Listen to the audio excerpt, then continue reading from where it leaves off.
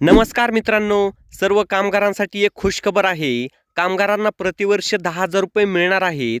संपूर्ण माहिती काय आहे जाणून घेण्यासाठी हा व्हिडिओ शेवटपर्यंत पहा. महाराष्ट्र घरेलू कामगार कल्याण मंडळातर्फे प्रतिवर्ष दिनांक 31 डिसेंबर रोजी वयाची 55 वर्ष पूर्ण केलेल्या जीवित नोंदणी असलेल्या पात्र घरेलू कामगारांना सन्मान धन योजना महाराष्ट्र घरेलू कामगार कल्याण मंडळाच्या निधीतून सन्मान धन योजना अंतर्गत रुपये 10,000 एवढी रक्कम पुढील अटींच्या अधीन राहून थेट त्यांच्या खात्यात डीबीटीद्वारे जमा करण्याचा निर्णय शासनाने घेतला आहे. राज्य शासनाचा उद्योग, ऊर्जा, कामगार व खनिकर्म विभागाकडून दिनांक 6 मार्च 2024 रोजी शासन निर्णय निर्गमित करण्यात आला आहे. यासाठी अटी आणि पात्रता काय आहे जाणून घ्या. कामगार सन्मान योजना शासन निर्णयापूर्वी ज्या लाभार्थ्यांना सदर योजनेचा लाभ घेतला असेल ते सदर योजनेसाठी पात्र नसतील.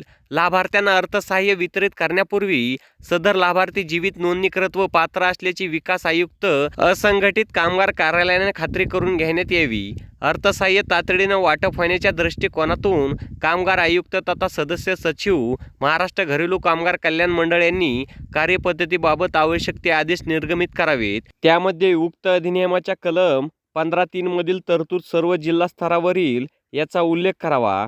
कार्यालय प्रमुखांना देखील तंतोतंत लागू राहील.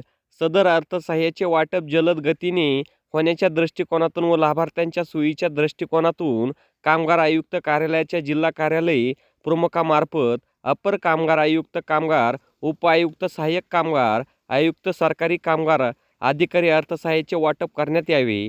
महाराष्ट्र घरेलू कामगार कल्याण मंडळाने या प्रयोजनासाठी प्रत्येक जिल्ह्याच्या मागणीप्रमाणे मंडळाचा निधी हस्तांतरित करावा. तसेच आर्थिक लाभाच्या वाटपासाठी विशेष मोहीम हाती घेऊन सदरची कार्यवाही पूर्ण करून खर्चाची उपयोगिता प्रमाणपत्रे व तपशील विकास आयुक्त असंघटित कामगार कार्यालयाने शासन दर 3 माही सादर करावा. 0.5 महाराष्ट्र घरेलू कामगार कल्याण मंडळ अधिनियम 2008च्या कलम 22 अन्वये प्राप्त झालेल्या अधिकारानुसार सदर शासन निर्णय निर्गमित करण्यात येत आहे.